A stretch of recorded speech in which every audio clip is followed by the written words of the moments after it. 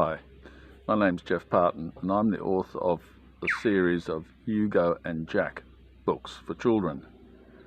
There's 5 in the series, 5 books, and they are all adventure stories, very good, and obviously because I wrote them, but I have a competitor here. I've come down into the forest for a bit of peace, and this beautiful bird will not go away. He's just making so much noise. But anyhow, it's a beautiful thing. Now, the stories, getting back to the stories, they're adventure stories, and they have lots of hidden meanings in there, and good morals and good principles for children to follow. I'll just tell you briefly about Jack. Jack is he's back again. Jack is a little boy that lives in the country, and he has terrible problems in his family life, which a lot of children do have, and he's trying to find refuge much in the forest, like I am sitting right now, and he has a little creek there where he can go swimming in a water hole. And one day when he's down there camping and trying to get away from his insane father, he slips over on some moss and becomes unconscious. Now, when he becomes unconscious, he gets to a place where he's not dead, but he's not here in the physical world. So he discovers that there is a spiritual world, and that we all have guides, and he meets his guide, who is Hugo, Hugo, and he explains to him that his life can be changed, and this is where the adventure starts, and he helps him to change things, and eventually things aren't bad back on the farm like they originally were. It's a very exciting story, but it also it delves into other dimensions and other ways of life that we see the human race as in general, excepting for a few small minority. I believe most people think this is it. When you are born, you live here, and then when you die, you're finished. And that couldn't be further from the truth. Actually, this is a physical dimension that we've come into experience from our real world, which is the spirit world, where everything is. Go away, bird. He's not taking any notice of me at all. He's found the mirror on the side of my truck and just thinks whoa, what's this? Loves it. And he's a beautiful bird. Anyhow, getting back to this world of that we think is permanent here, it isn't.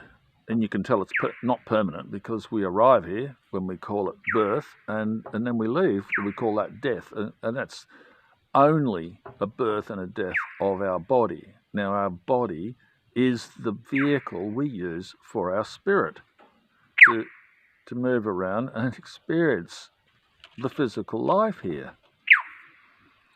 Go away, bird. And that was a no, I think. Anyhow, the main life, or the main world we live in, we're all spirits.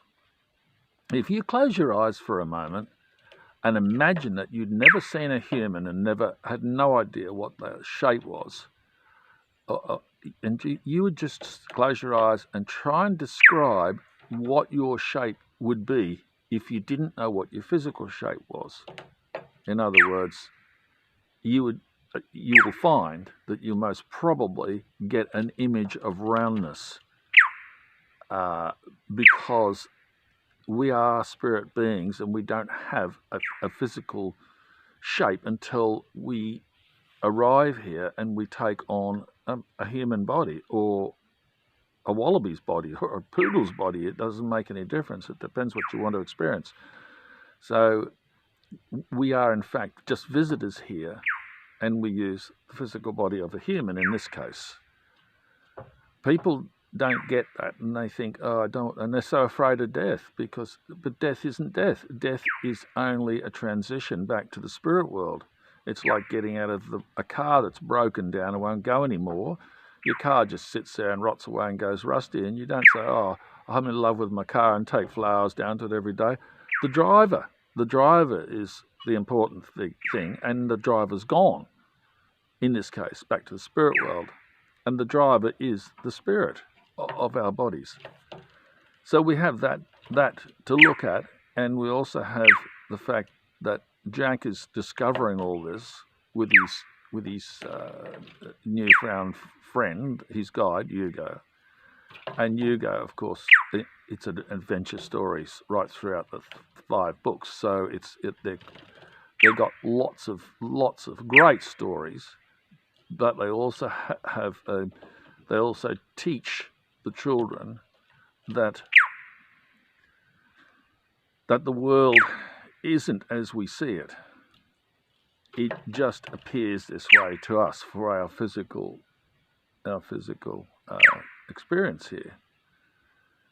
And I wouldn't have made this recording if I'd known this bird was going to make so much noise. He's so competitive. He's absolutely beautiful, though. What can I say? So when we discover finally as a population that the spirit world is everything, not the physical world, wars and dislikes and hate will all cease, because we are in fact just hurting ourselves, because we are all one in the spirit world. Now, I know that's a little bit hard for some people to take, because they want to be individuals. Well, if you want to be an individual, that's your ego talking. You don't need, it's not like that anyhow. You don't get the chance. When you go back to the spirit world, you are as one, and it's a wonderful thing. It's just simply a wonderful thing. So don't be fearful of departure. It's just a transition. The other thing is that the human race, in my opinion, will start to make big advances when we get to know the spirit world and get to understand that everything that is happening here is just the physical mirror image of the real world. And I'm not saying, therefore, the real world is like, the spirit world is like Earth. That's not what I'm saying. But when Jack falls over on the creek and hits his head and becomes unconscious, he goes to a place that I've called Firefly Valley. It's not the spirit world, not when you don't come back. It's not that place, but it's midway sort of thing, like a transit lounge, if you like. And he gets there, and everything he sees initially is the same as where he left. He sees the rock pool where he fell over. He sees the little creek, everything. But it's also much more clear and distinct. And, it's better. But it's the same for him. This is what he says. And when he becomes conscious again, he then thinks it's all been a dream, but of course it hasn't been, and that's when he finds out that everything that did happen in his mind when he was unconscious actually happened, because our mind is really just a receiver anyhow, and because it's a receiver, we tend to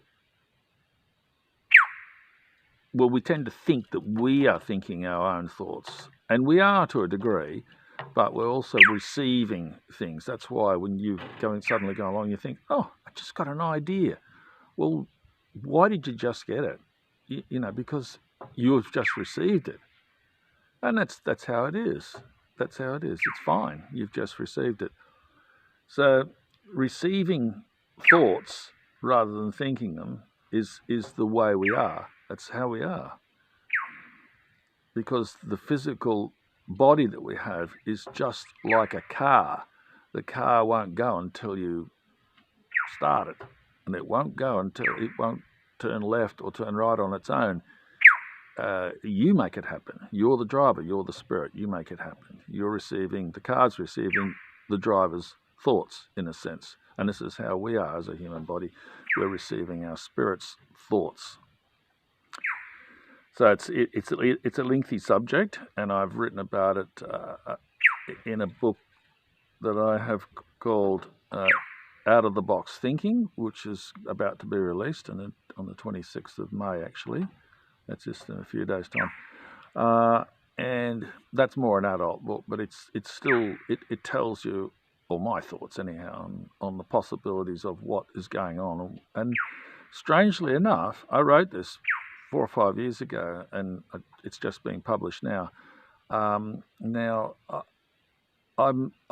It's a funny thing, because now, recently, people are starting to talk about these things that I've already written about. That doesn't make me smart. It just means I got the message first, apparently, before some of the others anyhow. But everybody that knows a bit about this subject will know that what I'm talking about is correct. It really is.